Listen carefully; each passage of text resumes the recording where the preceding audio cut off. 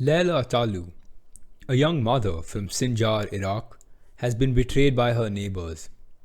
In desperation, she and her family fled like many other Yazidis from Mount Sinjar, but she never made it, encircled and captured by the ISIL instead. For what seemed like eternities, she was sold to different men and raped constantly. She was one of the lucky ones.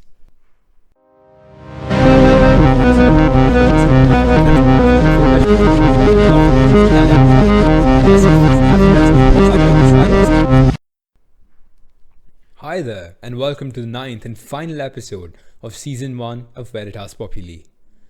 In this episode in the series on unseen genocides, we will be looking at the genocide of the Yazidis by the ISIL, along with state perpetrators like Turkey and Iraq, albeit at a lesser scale. We will revisit Kurdistan and detail Yazidi specifics in their history, see the atrocities committed by the ISIL and subsequently states, the sexual slavery of Yazidis, and finally, the resistance put up by the international community, one of those outstanding moments of solidarity. Now, who exactly are the Yazidis? The Yazidis are a subgroup of Kurds. However, they are often considered as a distinct ethno-religious group. They believe in a successor to one of the ancient Mesopotamian religions, which is monotheistic and yet not Islamic, unlike the Kurds who are mainly Muslim. Their religion is known as the Sharfadin. Under Saddam Hussein, in Iraq where they live most, they faced discrimination and genocides, the same sort as Kurds. Most Yazidis do not wish to identify as Kurds, although there have been many measures taken by Kurdish political parties to try and make them identify as them, which are heavily criticized.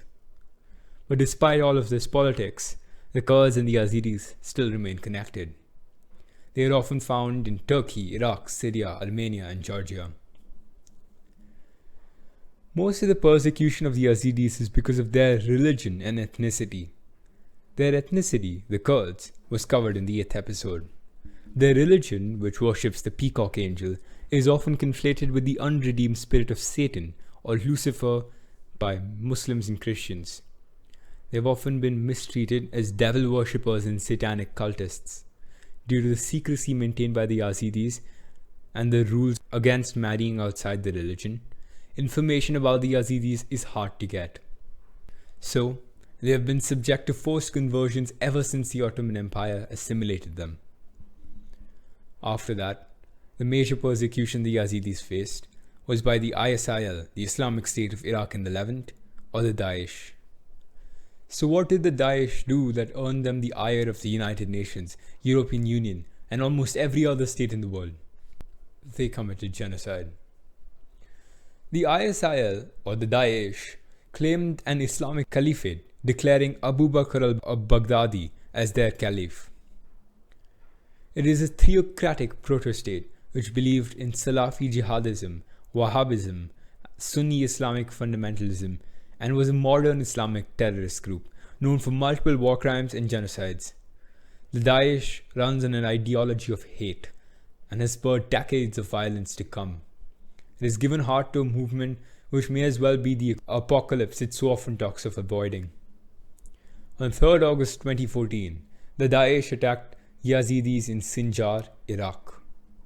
The Peshmerga, defense forces of the Iraqi Kurdistan, left, leaving the Yazidis without defense since they did not want to fight fellow Muslims.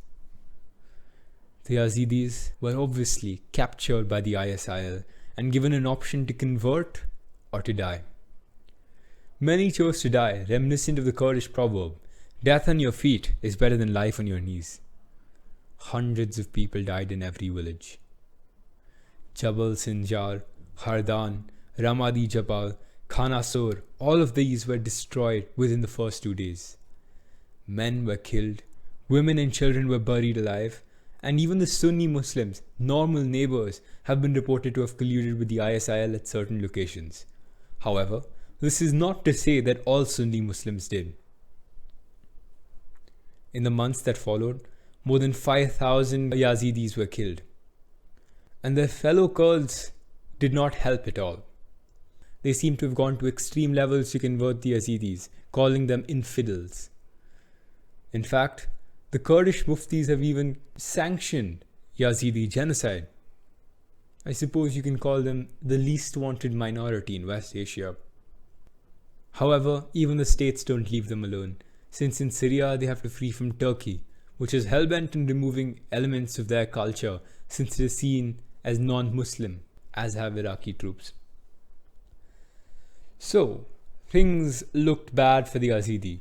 Genocidal forces have cornered them, and even those who were supposed to protect them were complicit with the genocide. This was, as the Yazidi called it, the 74th genocide of Farman. But the most horrendous part of this genocide was not the deaths, but the sex slavery.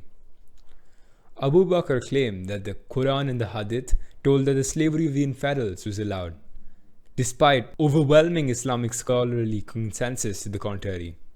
Yet again, sexual abuse was used as a weapon of war. However, it was more horrendous than in any other genocide I have covered. This was literally sexual slavery. Women were reduced to cattle, sold and traded after being raped constantly. Girls above the age of 8 were sold, and virgin women were sold to commanders. This was a form of institutionalized and systematic mass rape. And slaves were usually sold in slave markets, physical slave markets, or via messaging platforms such as WhatsApp, Facebook, and Telegram. In fact, the ISIL even used them as bargaining chips for younger recruits, essentially speaking that if they joined the ISIL, they would get women to rape. Human trafficking rings formed around this, and sex slaves were sold throughout the world. It is claimed that there are 4,000 or more sex slaves due to this Yazidi crisis. Women were forced to roam around physical slave markets, touched and examined by men with price tags around their necks. Let us go back to Laila. She was sold into sexual slavery after being documented by the Daesh for 8 months.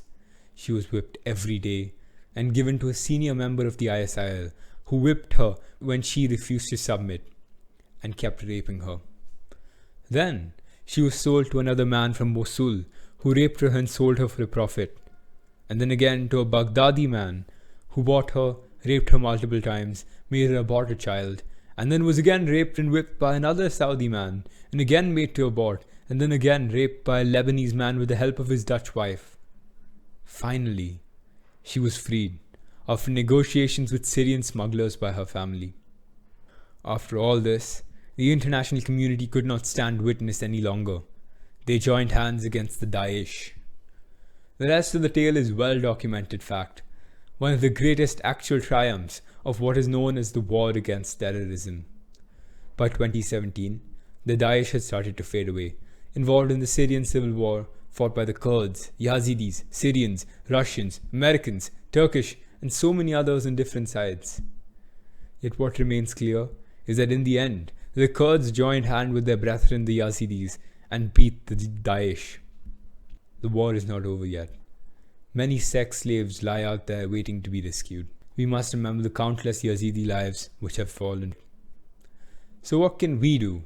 We can protest, raise our voices in the favor of the Yazidis. We can resist the Daesh. In fact, even saying Daesh, which is a pejorative in Arabic, meaning the one who crushes or the one who spreads discord, is a crime punishable by the maximum extent of Daesh law. We must be ready to fight. This is where I, your host Aryan Dixit, say goodbye. Season 1 on Unseen Genocides ends here with this 9th episode. I do ardently hope that you have been enlightened by this podcast. Rest assured that there will be a season 2 in the future. Ensure that you spread the truth to the people with whom it belongs. And if you have any suggestions about our podcast, including topics for season 2, be my guest to message them at veritaspopuli@yahoo.com. And, as always, remember to share this podcast with your friends and family. Until next season, this is your host at Veritas Populi, taking your leave. Thank you for listening. Definitely.